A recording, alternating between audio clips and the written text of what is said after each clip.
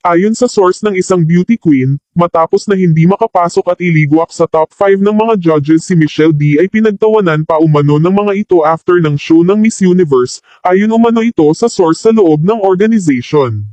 Rinag na rinag umano niya ang sinabi ng dalawang judges na sina Nadia Ferreira at Giselle Blondet na kung paano daw umano nakakakita si Michelle, sobra daw maliit ang mga mata nito at dito ay sabay silang nagtawanan.